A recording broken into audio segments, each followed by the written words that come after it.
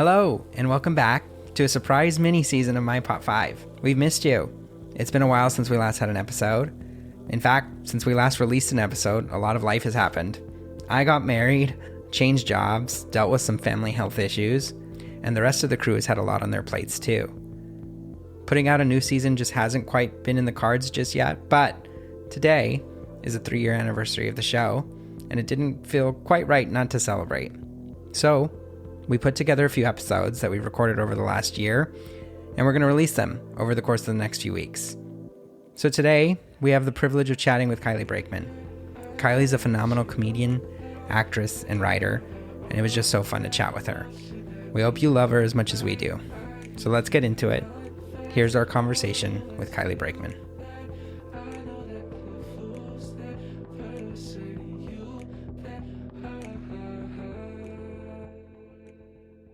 Today we have such an incredible guest, someone that I've been a fan of for a very long time, Kylie Brakeman. Kylie is a comedian, writer, actor. You've probably seen her all over your social media, does incredible videos, but also as a writer, most recently on The Tonight Show with Jimmy Fallon. And so, Kylie, this is such an honor. Thank you so much for joining the show. Thank you for having me. It's such a cool experience. I remember, coming across your videos multiple times, but having a very crazy moment where I remember I'm sitting at Silver Lake Lounge here in LA, getting ready to watch an improv show. And I'm just going on your phone, actually watching one of your videos, and then you come out with the Holy Shit Improv group, and I didn't even know you were performing. And I'm just oh my God, that's so funny. And you probably saw me perform improv for the first time in 2 or 3 years, if that's what you saw. It was so wild. It was so wild to be there because it was the videos were my only form of comedy that I was doing for a long time. And then to be getting back to what I was doing and feeling totally out of body with it was crazy. But that's such a funny coincidence. Yeah. And I have to imagine too that we weren't directly out of the pandemic at that point, but it was still kind of early on when that show was kind of happening. I think we were still doing maybe masks and stuff at that point. But it just a complete life shift, I imagine, too, in terms of just some of the stuff that had happened in that time frame for you as well. Yeah. It definitely was coming out into new world, going into the pandemic, having nobody know who you are, and then coming out of it with some people knowing who you are. Sure. Because online stuff is it doesn't always translate into real life. It does, but it doesn't. And some people will, the way that people will mob YouTubers that I've never heard of, or just completely geek out over this Twitch streamer or something. There's so many different genres to be known in, and it's not the universal okay, here are the 3 TV networks, and if you're on one of them, then you're famous. But so it's wild sort of fracturing of all that. Yeah, I think it's both beautiful and such a weird experience because a lot of people can be so much more interested into their niche and their interests, and they're not just force-fed anything and able to kind of find more and more content. And for creators, you're able to find your people a lot easier than you could have 20 years ago. But at the same time, it is a little difficult sometimes too, in terms of just having what is a collective shared interest, and how can we kind of all potentially have a wider view of some of the really great stuff, so that way more people can have exposure of it too. Because you can kind of get stuck in your own silos and not choose to branch out and watch videos that you actually would potentially have found interesting in the previous model. Yeah. And Barbenhiemer seemed to be the only recent collective shared. I believe the word is monoculture. That's a new word I learned.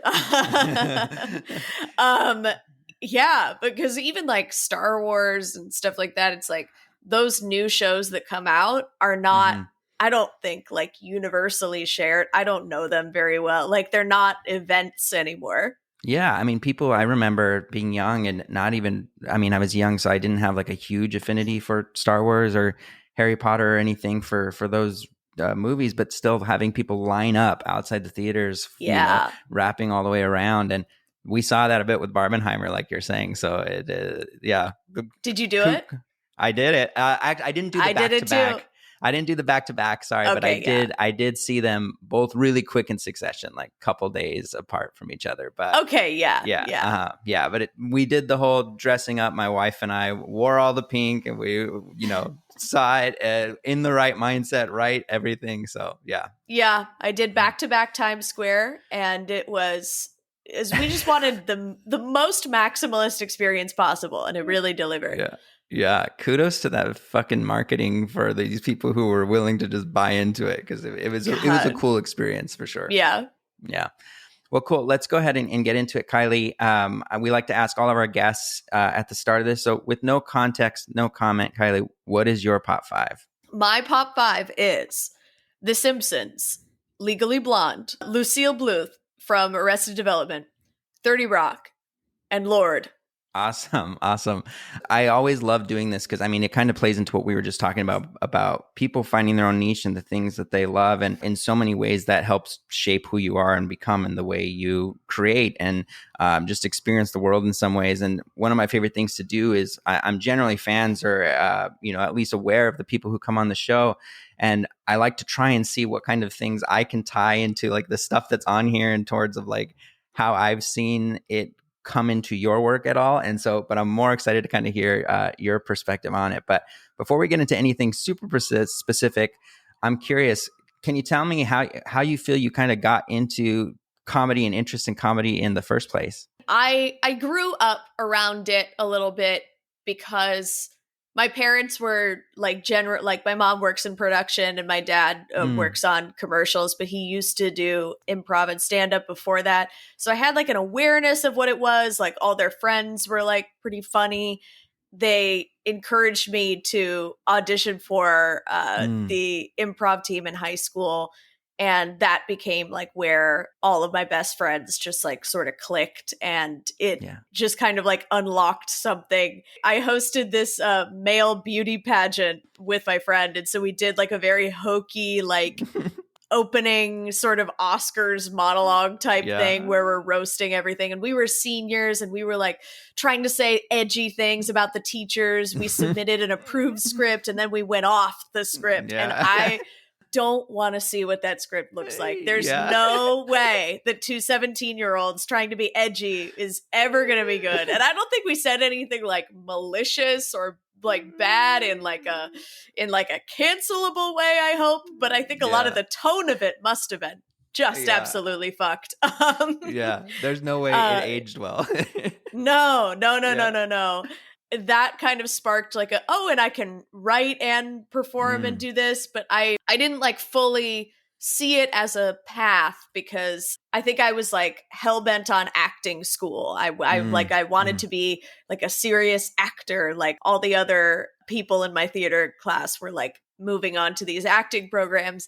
And I just simply didn't get into any of them. Like I auditioned for a few, but also financial aid was like a whole thing. But then I went to college and I did improv there, and I was kind of just bored there. I went to Occidental in Eagle Rock, and it's a great school. It's a lovely school, but I felt my world shrink because I grew up in LA and then I suddenly didn't have a car and I was in college just stuck on this like tiny campus in the middle of Eagle Rock. So it felt like my world actually collapsed a little bit.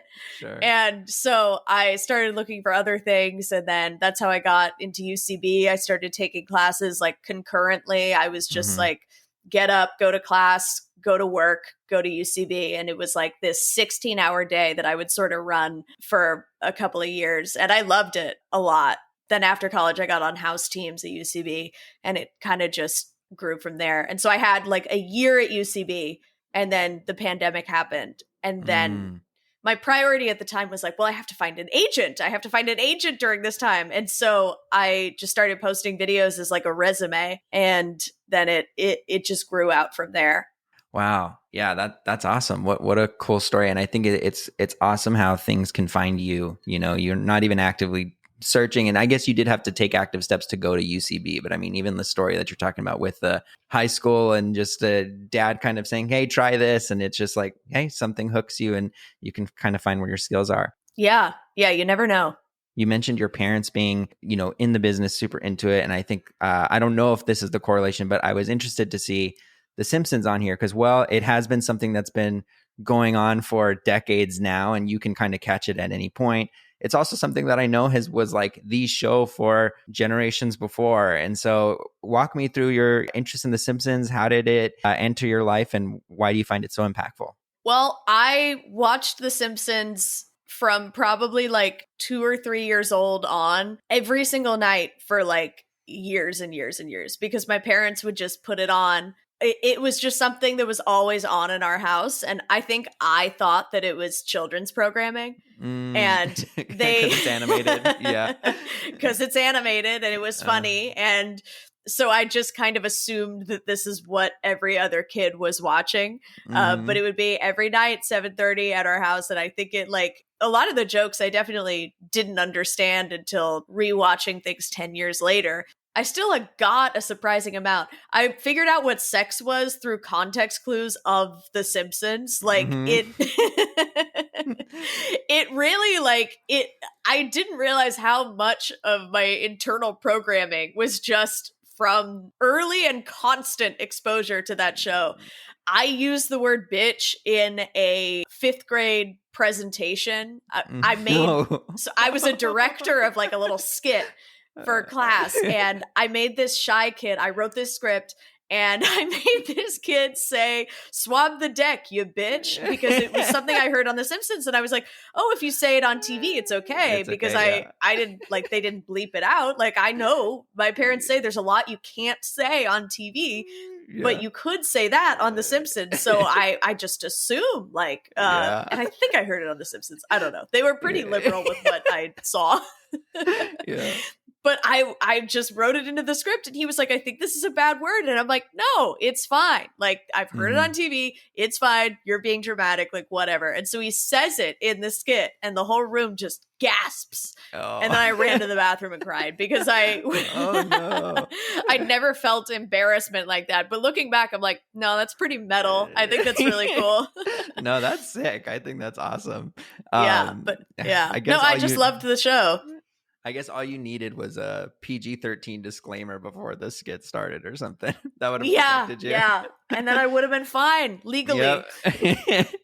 That's so cool. I think one of the things that's also crazy to me is I think, you can see it with some other actual children's programming, but there's some stuff in there that's kind of like, could be scary for kids, like the Bart and Sideshow Bob relationship or any of the Treehouse of Horror stuff. And I'm wondering, was there ever moments that you're just like scary? Yeah.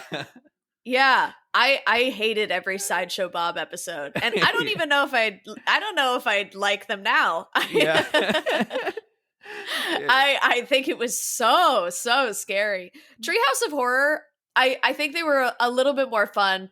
You know, they're straight up parodying, not even really parodying. They're kind of just hitting the beats of a lot of stories that they're referencing, like the Raven, the Edgar Allan Poe poem, The Raven. Like they're kind of just doing it. Like Bart is the crow, but like they're not like, there's not a crazy spin on it. It was so interesting to move through life thinking that those were the base episodes, and then seeing the actual thing it was based on later and going, oh, they were just doing that. I didn't realize. Yeah, that's so cool. Yeah, I rewatched last night one of the Treehouse of Horrors. Homer sells his soul to the devil for like a donut or something like that.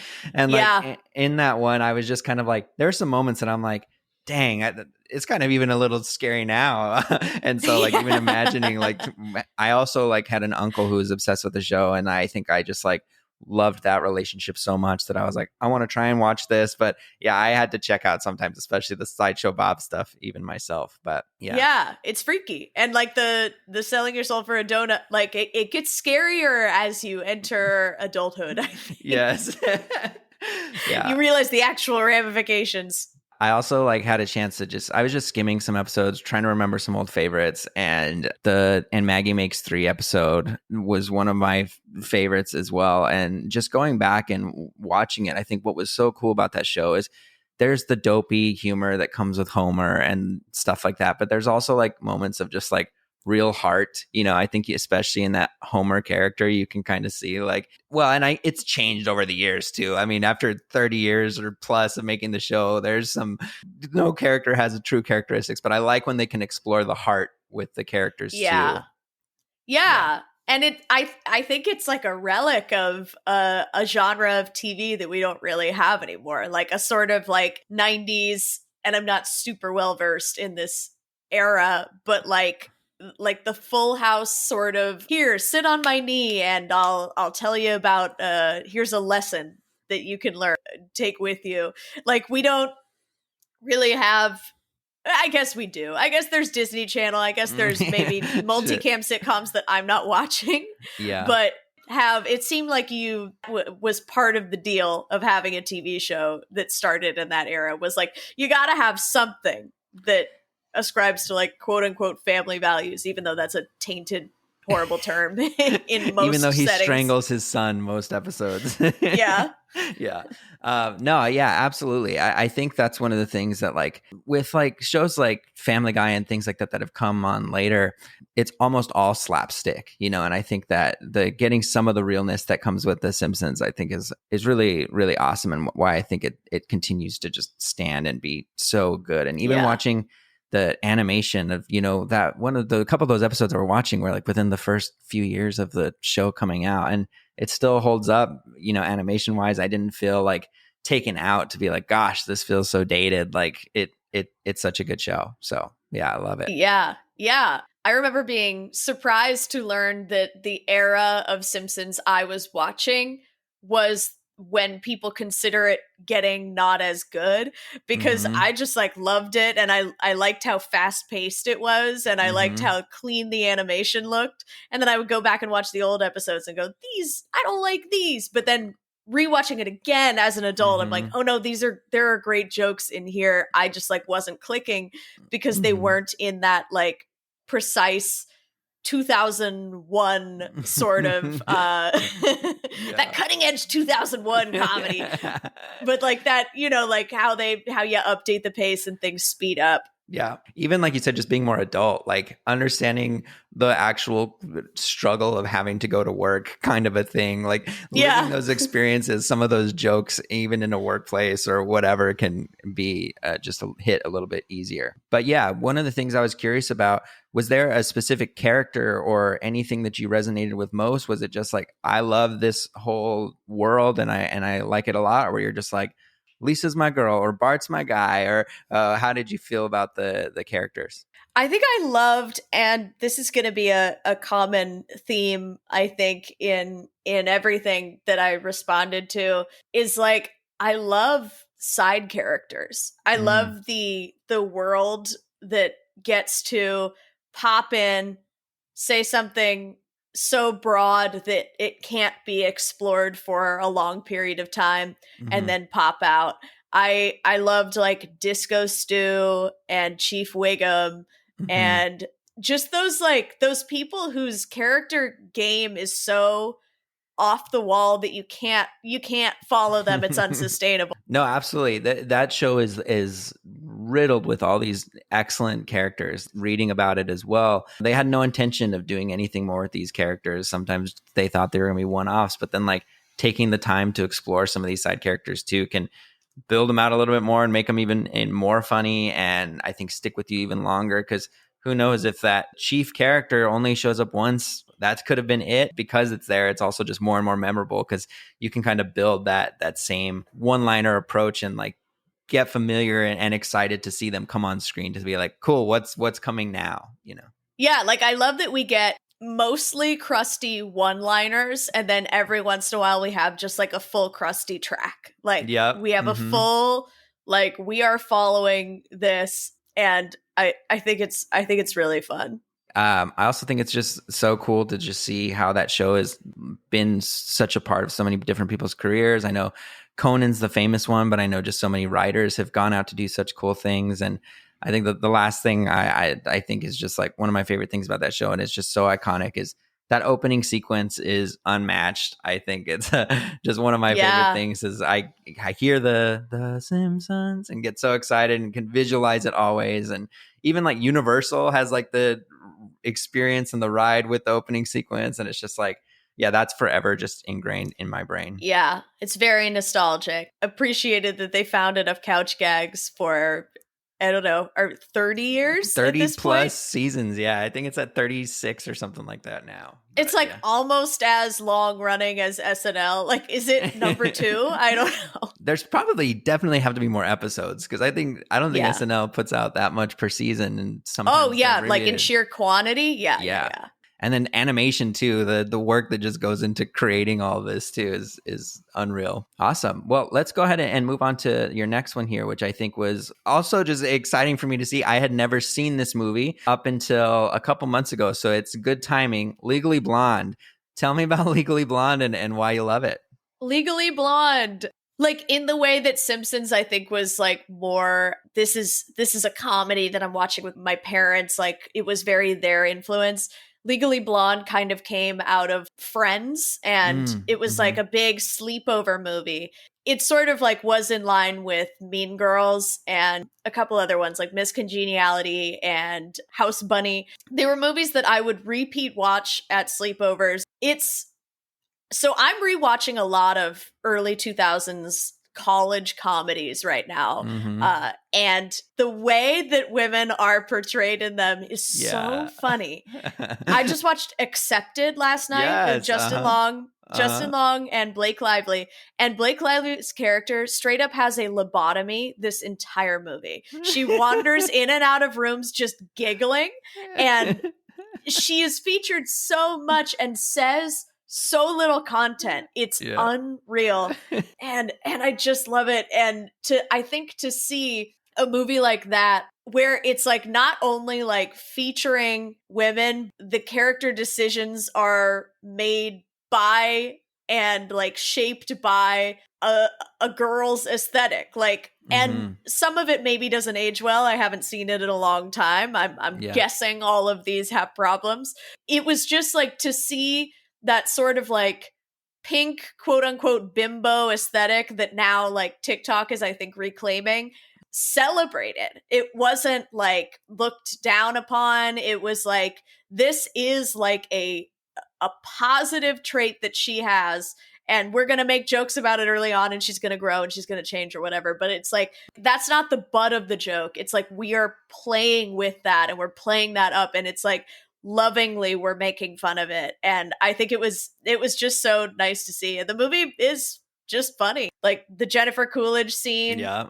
the end scene, which I don't know how well, who knows, but the like gayer European, like her speech at the end with the shower, knowing the shampoo and conditioner she used. Like, it's like, it has just such high rewatch value, I think, because it's just fun, and knowing all the beats before they happen. I don't know. I just really resonated with it. And I think I thought that most movies were this way, and I didn't realize like what was missing, if that makes sense, because I'm like, these are just, and I'm grateful for it, because I'm like, me and my friends get to watch this on as kids, and we got to see that.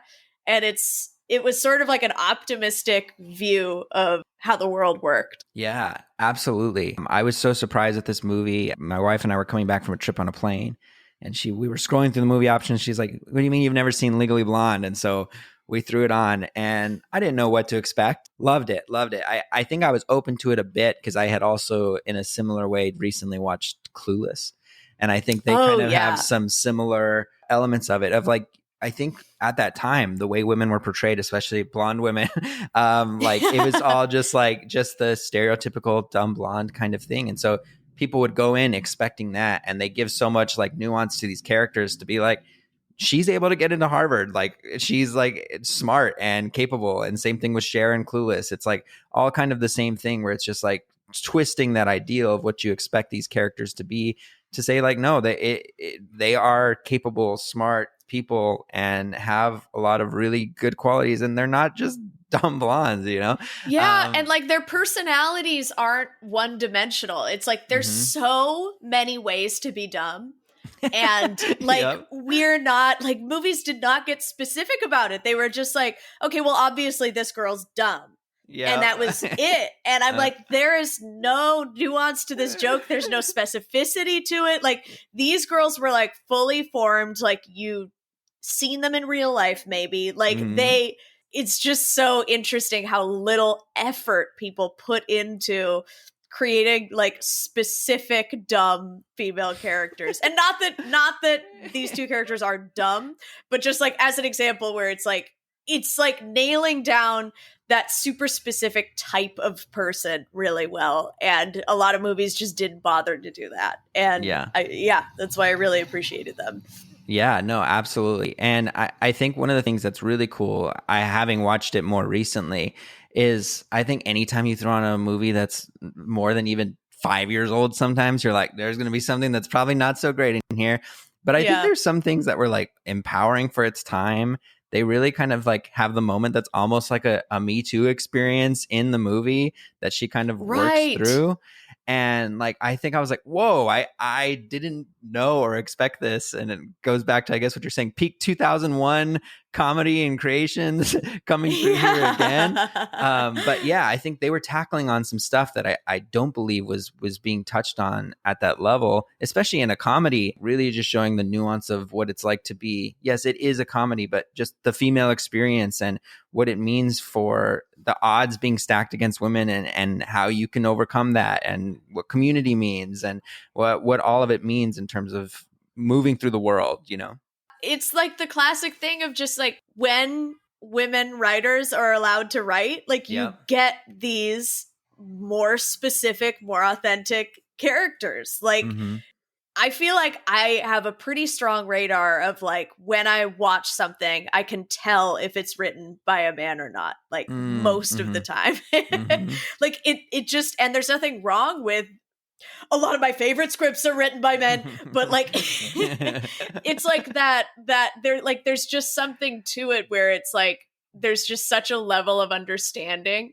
And it's a lot of like show not tell, just like the classic like whatever writing advice where they show the bad situations that happen to her and they change our perspective of like what it means to be a dumb blonde, and they show us this without telling us this. And I think that with the internet, a lot of movies have had to do a lot of explicit telling what side that they're on, because I think that audiences are not watching in the same way. Sure. And so you get movies like, I mean, I loved the Barbie movie, but they had to do a lot of explaining of what a woman is. Like they had to do a lot of like, and we face these problems, which are X, Y, Z. And I think that Legally Blonde was able to show that. And like, granted, not making a movie that 300 million people were going to see in like a weekend or whatever the crazy stat is. Like, I understand why the Barbie movie has to do that and why it's good for them to do that. But like, to see these stories that didn't have to talk things out so explicitly and to like spoon feed things to the audience was nice. I kind of didn't realize that was what's happening. Yeah. And I think what I've learned even from the Barbie experience is that spoon feeding almost did nothing. Like the people who would have gotten the message got the message, and the people who didn't still had something completely missed the point when they left, you know? Yeah. And so maybe the show not tell approach is probably better in the long run, you know? Yeah. I mean, who knows? Like, I think it would be great in the current time that we're in, how we've kind of swung backwards a little bit in like a lot of ways. I'm like, I understand how maybe there's like a girl out there who like really needs to hear that message delivered in an explicit way. Like, I fully get that. Yeah. I think one of the things that is really great about film and story in general is that a lot of learning comes from just trying to understand other people's experiences and hearing stories, right? And it's like seeing your friend or family member or stranger go through something that you're like, I never knew that perspective could exist, and now I've seen it, so I am forever at least have that in my mind as I'm operating through the world. Like that's almost more powerful than someone telling me, here's something that you need to know that's important. Yeah, it's like seeing it. At the end of the day, we're just like, we're visual and we're storytelling oriented. And I think seeing those events unfold in front of you might give you a different perspective. Not everybody's wired that way. Maybe, I don't know. I just went to the South for the first time and I was like, whoa, this is different. This is a whole ingrained ass thing that I did not, that I just haven't really experienced. But it's like these small towns, you don't get a lot of those perspectives because you just simply don't know people who don't look like you a lot of the time. Or maybe you do. And maybe it's just like maybe it's just bad. I don't know. I don't know how to fix it. Yeah, I really think it is just exposure to other people and other experiences. Yeah. And granted, there's no probably one solution to everything. I'm not trying to say this is all you need to do. Just watch the Barbie movie. It'll fix it all. Yeah. No, but I really think that like a lot of my growth has come from just understanding someone's experiences, hearing from someone share something that's a completely different experience or perspective than my own, and learning, gosh, I didn't realize how different the world can be with just something slightly different. And now that informs just how I can think about someone else who might be in a similar position, you know? Yeah. It's like being in major areas like LA and New York. I think we get the opportunity to see a lot more of like, oh, I had no idea that this was this person's perspective. And like that this ultra specific art that is so like authentic to you can come out of it. And bring me into something that I don't experience. Well, hey, let's go ahead and move on. But before we do, just want to ask, is there any specific one shot or moment or joke in Legally Blonde that you would say just is your favorite? I don't know if it's my favorite, but it is what I remember most, which is the bend and snap. And my friends would do the bend and snap all the time. It's great for a movie to have like an actionable catchphrase. I think that's so smart. Yeah, absolutely. But I thought it was so fun. Awesome. All right. Well, this next one was probably the one I was most excited to talk to you about.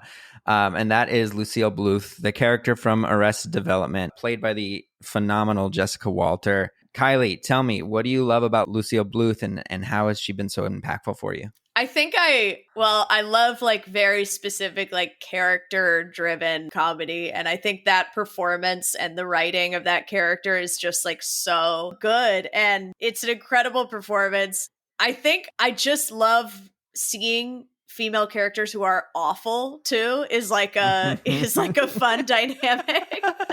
Yeah. And who are like specifically awful. In the way that like Legally Blonde was like maybe specifically fun. Like this is the opposite of that. And I just, those are the characters that I find myself replicating the most. If I am doing improv and I am trying to like find a voice of some sort, I think I feel I often slip into like rich 60-year-old woman. And I think that Lucille Bluth had a lot to do with that. And I'm really awful at remembering like specific lines from things, but I think that she just like had the button of every scene. Like she was really like driving so much of it. And I just love that character. Yeah, no, she is so phenomenal. And it's like, you hear all the time about characters that it's like, that could have never been played by anybody else. Yeah. And I truly feel that way about like Jessica Walter's performance in this. And it's just for the audience. If you've never seen Arrested Development, it's about it's a comedy show about a family of people who come from a lot of means, and she is the matriarch, an alcoholic matriarch who just always says the most outlandish things, like the one that goes over social media all the time, like, what's one banana cost? $10? Yeah. Like just completely out of touch with the world. But yeah, definitely has all these hits and moments that just like it are just the best buttons, and totally leans into that rich, like you said, older 60s woman stereotype. But I've also, the reason this was so exciting for me, and I think I talked about like trying to piece it into your work, but like even your like 6-year-old divorcee or the Linda Hollywood character, like there's so much of, I think, Lucille Bluth in these characters that I think is just like so good. I think you also play it very well. Yeah, I think it's like such an influence for sure. And we all have those like little, not crutches, but like the thing that we feel most comfortable in. And I think it's like being so out of touch and fabulous. I should have put Sex in the City in here too, but like Samantha, it's like these like older fabulous women who are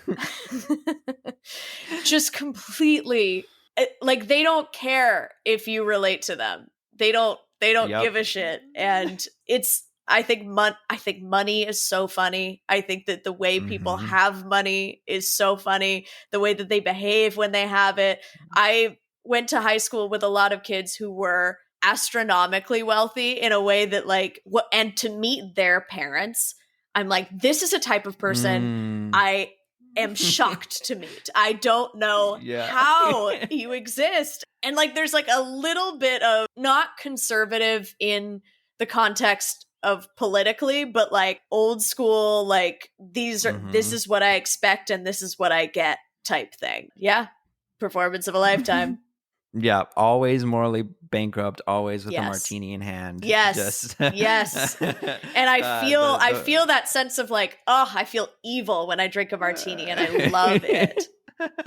Yeah, I one thing that I also think is great is what they did with that character as well. Is like she is all of those things, but I also love her just like in equal responses to either normal things she has like an outlandish response to, or things that are like so crazy and it's just like so cavalier in how she'll respond to it. And I think the choice that they made with that character, I remember like one thing that stuck with me forever, because I think I just would like quote it whenever I was really in watching Arrested Development, is like Anyan or whatever, like is taking his shoes off on the couch or whatever, and he has his shoes on, and she goes, he has his shoes on, he's out of control, you know. And it's just like little things like the unreasonable responses to something like so minor, is just like also something perfect. And just the utter contempt she has for her sons is just it's so funny. It's just dripping with it. Like a mom who is bad at it is it's great.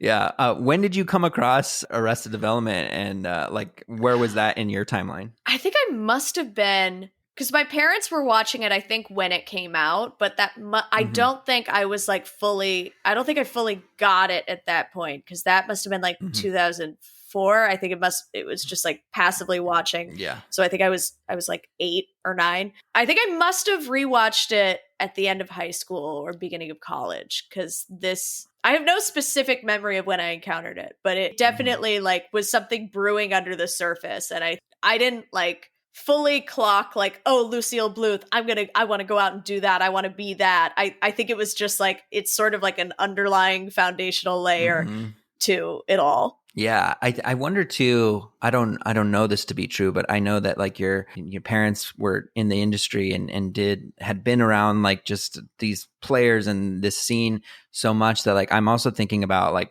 when I've listened to you on your improv podcast, artist on artist on artist on artist, like the concept of playing people in the industry and the outlandish approach to playing these different people and characters. Like I know, like you said, that might be like sometimes your go-to is just that approach, but I also hear it there too. And I'm curious, like, how much of it do you think is also like just the exposure to the industry also playing a role in your decision making for character choices as well? Yeah, I think, well, I'll probably get into this when we talk about 30 Rock, but like, I think I just find Hollywood so funny in general. And it's like my parents were working in specific corners. Like my mom is in award show production and my dad is a commercial sound mixer. So it's like, it's not like executives were coming to our house. Sure. And going like, oh, well, that's what an executive is like because he's here for dinner. Like I think being around it, and I think it's just like the cadence of how they talk, even though they're not like, they're very normal people. And I don't think that the characters I play on the podcast or Linda Hollywood or anything is really like them. But every once in a while I would like visit my mom at work, like on a rehearsal day for the SAG Awards or something. And you would just encounter these people who they were always so friendly in like a way that's just like sort of dripping with, I have other stuff to do.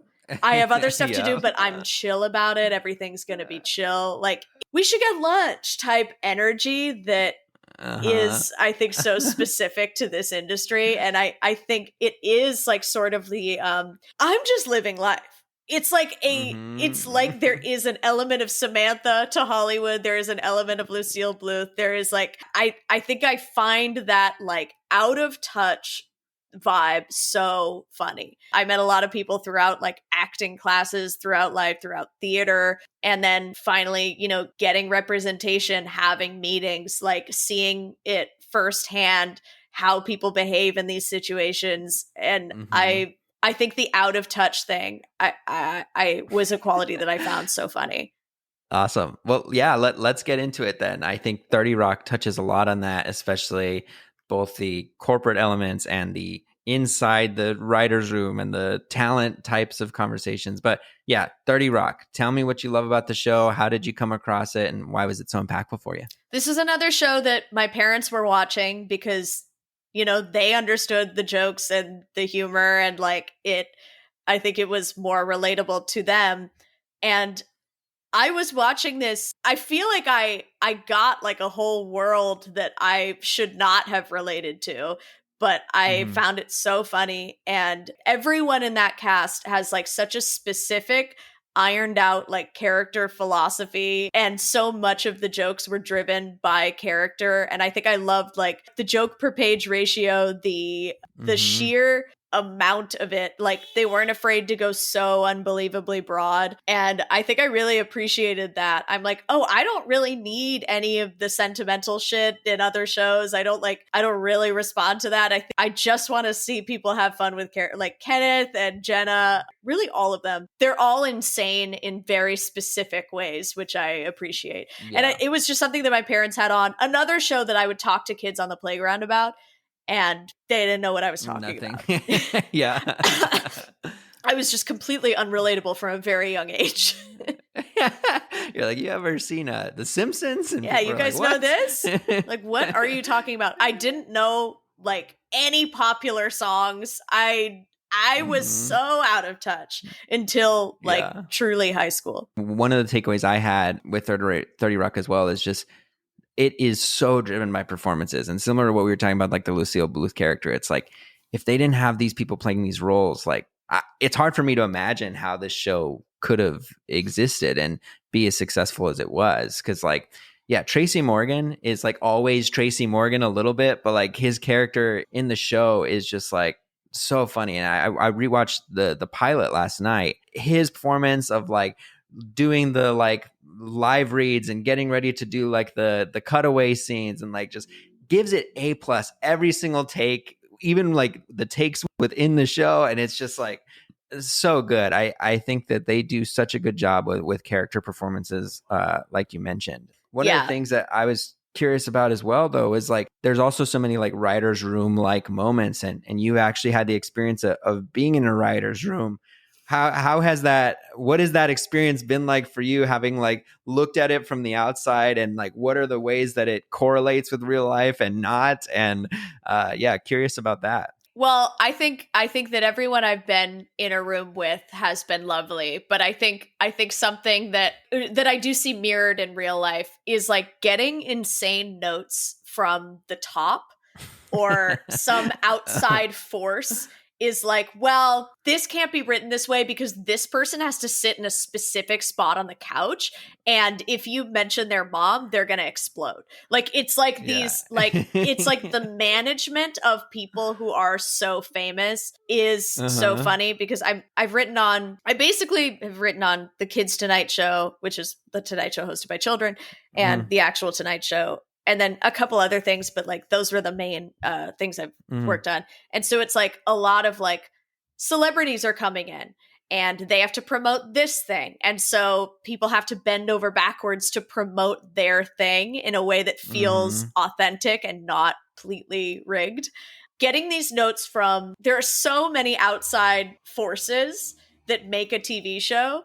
And I would say people always talk about, oh, well, the writing on this show is so bad. The writing is so bad. It's like, it is almost never the writers doing that, responsible for those decisions. There is always somebody up here who has like a crazy request. And like, I don't even know, like, I'm not even talking about specific people. Like, I'm not talking about showrunners I've worked for. Like, it's it's like things that come from networks, things that come from guests. There's so many reasons why a decision is made or why you see something crazy on screen. And a lot of it is just writers trying to juggle that. And I think that was an element in the show that I found funny. I mean, I've been in male-dominated spaces, but I haven't like experienced the early 2000s era of all those guys acting like total shitheads. So that's something that I luckily haven't really experienced, but I think it's like the insane things that you have to juggle when you make a TV show. I think I found like relatable. No, that's funny because I think it's fresh in my mind because like I said before we talked, I went and rewatched the pilot again. Yeah. But Tracy Morgan walks into the writer's room for the first time and is just throwing things like, I got a character named this, write something about that. And you're just like, okay, taking notes, you know? Like, it is truly somebody coming into the room saying, I need like a sketch about shoes and Barney has to be in it. Like, it's like saying these things that, and just deciphering those and making them something. Yeah, that's awesome. I was thinking about you, and in the sense that like this was relatively recent, like getting up to the B on the Tonight Show, and then now we're here in a writer's strike, and so I'm just curious, like, what are your thoughts and feelings at the moment? I think like did it feel like something came and then was like stolen? Just like where are you at with just kind of how that's feeling at the moment? I hope that we get everything we want, and I do enjoy like the solidarity of being in the picket lines. Not everything that we want. I'm going to retract that. Everything that we need. Sure. Because I was lucky enough to work on a network show that had protections that were fought for. So we were paid adequately, and like I'm getting residuals that reflect the value of the show. And so to hear about people who starred in Netflix shows getting like $100 in residuals is so nuts. And it's like sort of getting those benefits of other people's hard work in the past and like what labor unions have fought for really illustrates like how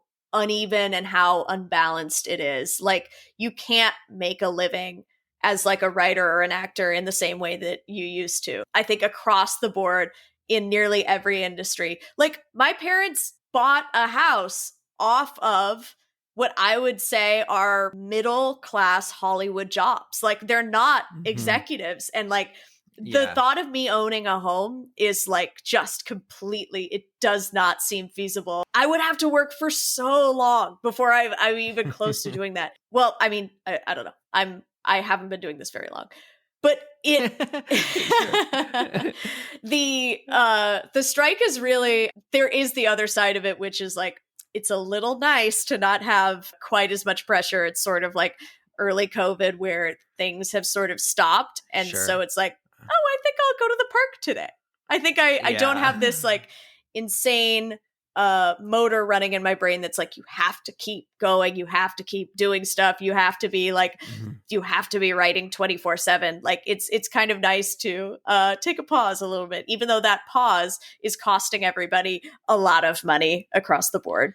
Yeah. And yeah, not to be too bright-sidey, but like it also can give you more opportunity to live more actual life and experiences to help create the creative flow too. So that when you are back in it, it's not just like, I'm only here in this writing space every single day that I haven't had a chance to go get inspiration from real life stuff. Like, so exactly. Yeah, that's another big thing. It's like there is so much, that is such a struggle. Oh, I need inspiration to write, but all I see is comedy, which is other people's observations about real life. And so sometimes I find myself like writing these characters or doing these people who are completely unrelatable to anybody, because it's like, unless you are at this specific Brooklyn comedy space, you wouldn't know this type of person. You don't know who I'm talking about. Yeah. So it is nice to experience other things.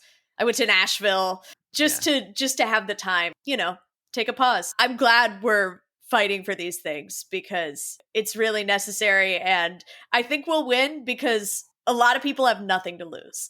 Like, we cannot continue this lifestyle in this way. It's not sustainable and it's not a career. So I am optimistic on that end, even though that optimism comes from like a deeply fucked situation. Absolutely. Yeah. Like I said, I've been thinking about you, and like I was just like, it has to be like, yeah, this is so exciting to kind of get to this stage. And then when it does hit pause, like I hope the studios get their shit together and you can get back to doing the stuff that you enjoy doing. Well, cool. We got one last one here. This is the one that I think on almost everyone's pop 5. I'll have a couple that I'm like, I think I could see how that would work. And then one that I'm like, how? And that's Lorde. I am such a huge fucking fan of Lorde. Melodrama is probably one of my favorite records of all time. But talk to me. What do you love about Lorde, and why is she here on your pop 5? Well, Lorde, I don't know if she carries into my work in any way, but I feel like I had to give some recognition to the pop culture that I was consuming and loving in late high school, early college. And hearing Royals and driving up and down Pasadena is such a like burned in memory for me. It's so the feeling of like freedom and like being young and like, this city's mine, I can do anything. And like being around friends and like getting to grow up in California with friends and driving around and seeing like different, like driving up the mountain one day, driving to the beach one day. Like there was just such a sense of freedom and possibility. And whenever I listen to Lorde, I just think about that time. And I think it like gave me like a sense of fun, even though a lot of her songs are very sad, but like it gave me this sort of like, oh my God, I'm young and I'm lucky. And it was just really fun. I love her. Yeah. A lot of the songs off of that first record, Pure Heroine, like Team and Royals, like you mentioned, like Buzzcut Season, they all just have this like life that comes through them. And like, I think you talked about it earlier, but like the luxe, rich sounds and things that she's talking about on that record too, that it does feel like just elevated status, but from a sense of just, I'm young and excited. I think she was only 16 when she made that record too. Yeah, because I think like crazy. I was like either the same age as her or a little bit older than her. And so to see her music age in the exact stage of life that I was, like, to then like her next album, and like there was just like a little bit more of a refined sound, and like even like Green Light and Perfect Places, like they're still fun songs, but they have like a little bit more life and like a little bit more experience in them. And I loved her. And I saw her like really early on in LA. She did a show right as Royals was hitting, and she was just so new, and you could tell by the way she was on stage, like this was not, didn't have a lot of experience. And so to see her like become this phenomenon was really cool. I think she's so cool because she's weird too. I think that's what I appreciate. She like seems like a total weirdo. Are you on her mailing list at all? I'm not. Oh my gosh. If you do, she's very sporadic, but sometimes she'll just send these like long updates, and like, it'll be 3 paragraphs on like some bagel and lox that she had somewhere. And she's just like, you've never tasted pleasure like this, and just has these like long diatribes. I'm signing up for that right now. I need that in my life. Yeah, I'm gonna forward you some previous examples because it's just like, yes, really please. good. I'd love to see that. I love to see my girl doing well. Yeah, no, but I like I said, I think Melodrama is probably one of my favorite records of all time. I think Ribs off of that first record is like a perfect song, and like there's just she's incredible. How did you feel about the most recent record? I think that was like her biggest just move away from what I think she once did. Yeah, I think she's in her Colby Calais era, and I gotta respect it. And I don't know what I was expecting. I think I maybe expected a little less than. It's like we can't live in this aging with Lorde. I feel like I'm like really connecting with her in a way that's I'm like, I don't know her. Yeah. But I'm like, look, I get it. She's settling now. She's like in like an age where maybe she has some sense of security. Like she probably has some money. She's probably doing good. Like, and you probably create the kind of music that reflects that experience. And I gotta support her. I can't say I've listened to the album more than once. Agreed. Yeah, there is like a couple songs that I'm like, oh, I hear something here, but the rest I'm like, back to melodrama or pure heroine. Yeah, I mean, Stoned at the Nail Salon. Maybe I've heard more times, and Solar Power. Like it's like they're fun, and if you're driving to the beach, it's awesome. Oh, that makes sense. But have not heard the rest of Liability. I gotta say, also like another. I listened to that a million times when I was having a bad time in college, and I was really like, this is me. No one's experienced being 19 before. Yeah, no, that's perfect. I totally get it. Yeah, that is such a heartbreak record too, where you can just like sit in sadness. Cool. Well, Kylie, we'll get you out of here. But before we do, we ask everyone 5 rapid fire questions before we go. Okay, incredible. So first one here, if you had to be on a reality TV show, which one would you choose? 90 Day Fiancé. Beautiful. I want to be one of the friends. I want to be one of the friends of the people on 90 Day Fiancé. Got it. I'm like, she's looking for love. No, but if people have never consumed any of your pop 5, what's the one you'd want them to go experience right now? I think 30 Rock. If you could go back on time to any of the sketch shows or night shows and be a part of any of them, which one would you choose? I think I'd go back to what is probably everyone's favorite season of SNL, which is the season of SNL in which you were in high school. So I would go back to the Kristen Wiig, Fred Armisen, the Californians era, most likely. Love it. Beautiful. What's one piece of advice that you'd give to people wanting to get into comedy? I think perform live and see what works, but also put out videos, because there's a completely other path, and you can get paid for it now on TikTok. Like you can make a living. Don't be afraid. Just do what you do. Write what you think is funny. Just be yourself. And last one here, what's something you learned about yourself, either now in this moment of pause with the writer's strike or during the pandemic? What's something you learned about yourself? Oh my God. I love gardening.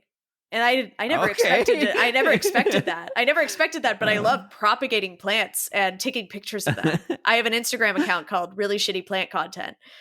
And it's low. It's not big yet, but I'm going to get better about updating it. It will be. Awesome. Well, hey, Kylie, I want people to go out and just show you love everywhere.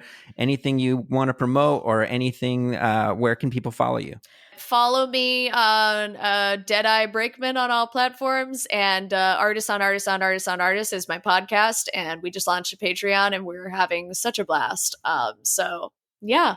Awesome. I love that show, especially when you guys get into like really specific things like around holidays and things like that. And I think all 4 of you do like such a really incredible job, and it's such a fun listen. And I'm forever a fan, Kylie. Thank you so much for joining the show. Yeah, just keep doing what you're doing. It's so exciting, and everything you put out, I'm such a huge fan of. Thank you. It was so fun to chat. All right, see ya. Okay, bye. That'll do it for today's show. Thank you so much for listening. It's been so fun to get back and do this again. And we have a few more episodes for you throughout the rest of the month, including one where Daniel and I are going to get together and bring on some special surprises. So we'll see you next time. But until then, what's your Pop 5?